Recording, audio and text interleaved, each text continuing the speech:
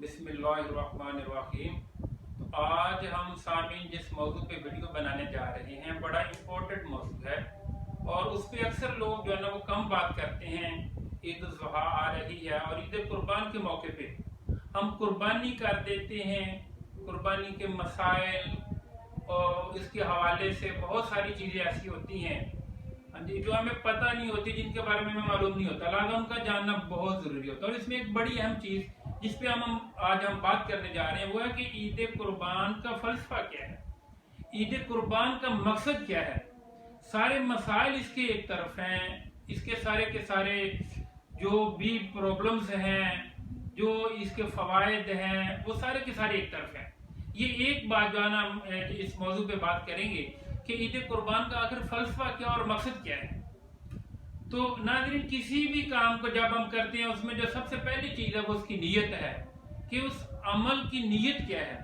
अच्छा, हमारे यहाँ भी ये नीयत क्या करनी है कुर्बानी की आपने। देखिए, ये दो तीन तरह से हमारे यहाँ जो रवाज है वो चल रहा है। एक तो ये कहते हैं कि जी ठीक है, अगर कुर्बानी ना की तो लोग क्या कहेंगे, रिश्तेदार क्या कहेंगे।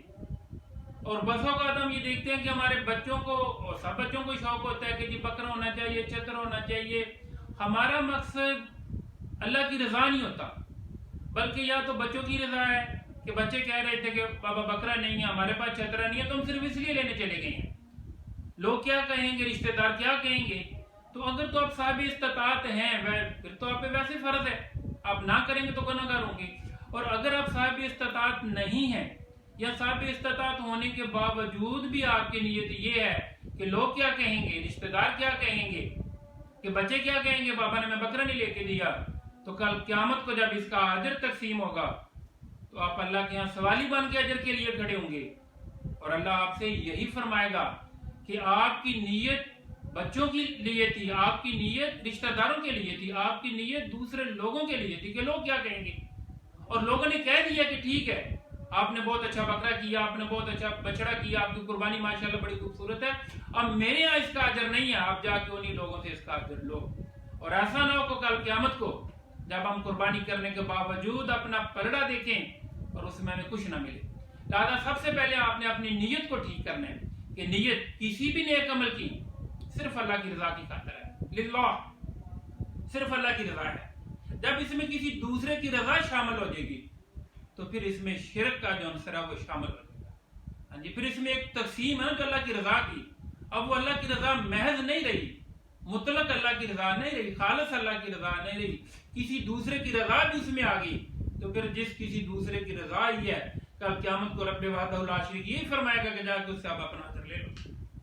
और दूसरी बात इसमें बड़ी अहम बात है, जब हम कुर्बानी का गोश्त तकसीम करते हैं और हम देखते हैं कि मुझे क्या पसंद है, किसी को चाँप पसंद है, किसी को रान पसंद है, किसी को पुड़ का गोश्त, किसी को गर्दन, जो भी पसंद है हम अपनी पसंद का रख लेते हैं और जो हमारी पसंद का नहीं होता वो तकसीम कर देते हैं। याद रखें, अल्लाह के यहाँ ऐसा काबिल कबूल नहीं है। क्यों?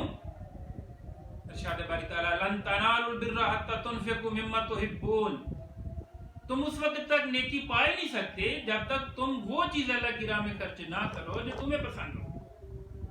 लिहाजा इस बात का खास ख्याल रखना आपने। उमर बिन अब्दुल अजीज बनु उमैया के, जिनको खलीफा, पांचवें खलीफा राशिद भी कहा जाता है, उनके बारे में आता है कि वो बाजार में जाके शक्कर तकसीम किया करते थे।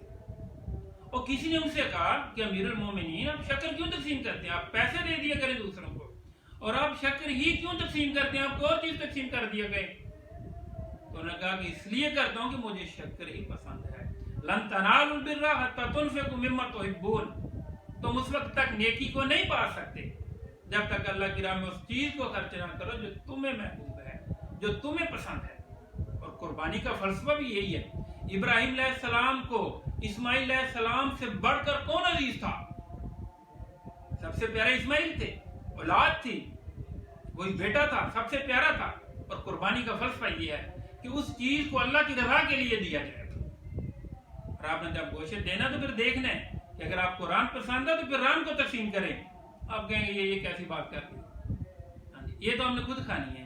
तो मेरे भाई, कुर्बानी फिर इसी का नाम है ना।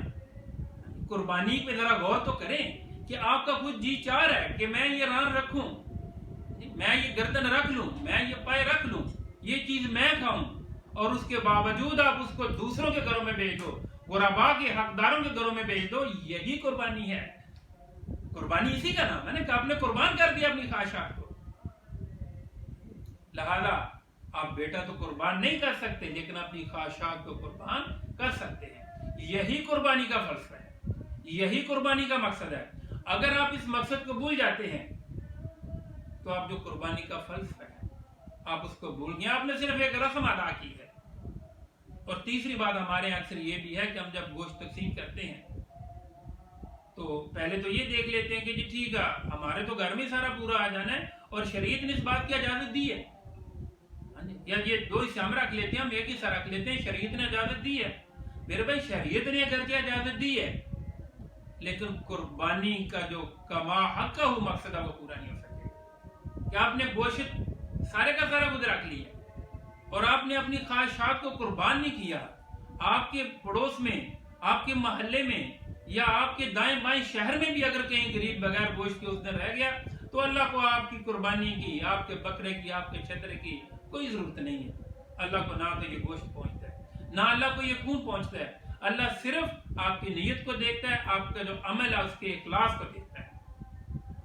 لہذا ان باتوں پہ غور کرنے کی ضرورت ہے، اور جب ہم ان باتوں کو ساتھ لے کے چلیں گے، ان پہ غور کریں گے، تو پھر ہم یہ بات سمجھ سکتے ہیں کہ اب جو قربانی کا فلسفہ تھا، جو قربانی کا مقصد تھا، ہم کوشش کرتے ہیں کہ ہم اس کو پورا کریں، اور باقی پھر اللہ کی سپرد ہے۔ پھر آگے اس کو قبول کرنا نہ کرنا ہاں جی اللہ کی رضا پہ ہے۔ اور جب ہم اپنی طرف سے پوری کوشش کر دیں گے، اپنی خلوص نیت کے ساتھ کوشش کریں گے، تو پھر ہم اللہ کی بارگاہ سے یہ امید کر سکتے ہیں کہ اللہ تعالیٰ انشاءاللہ ہمارے اس عمل کو قبول کرے گا۔ اللہ حافظ، ملیں گے انشاءاللہ نیکسٹ ویڈیو کے ساتھ۔